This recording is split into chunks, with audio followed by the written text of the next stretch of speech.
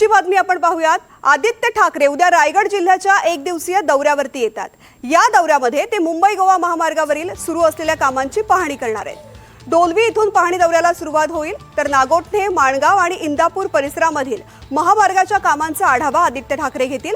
गणेशोत्सवाच्या पार्श्वभूमीवरती कोकणात जाणाऱ्या प्रवाशांसाठी महामार्गाची स्थिती सुधारावी या मागणीसाठी विविध स्तरावरून पाहणी आणि पाठपुरावा सुरू असतानाच आदित्य ठाकरे यांचा हा दौरा महत्त्वाचा मानला जातोय।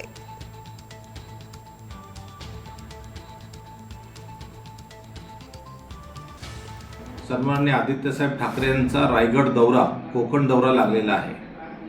या दौऱ्यामध्ये गणपतीला जाणारे मुंबईकर, कोकणवासीय यांना गेले अनेक वर्षापासून जाताना वाहतुकीचा त्रास होत आहे आणि ही वाहतूक गेले अनेक वर्षापासून आज देखील याही वर्षी पूर्ण झालेली नाही आहे।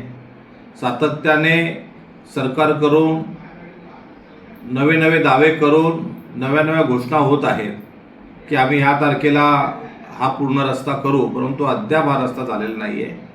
आणि मग नागोठणे असेल, माणगाव बायपास असेल, हा देखील अद्याप झालेला नाही आहे आणि पुढे देखील होण्याचे काही संकेत दिसत नाही आहेत। त्याच्यामुळे मुंबईकरांना होणारा त्रास याची स्वतः आदित्यसाहेब ठाकरे पाहणी करणार आहे।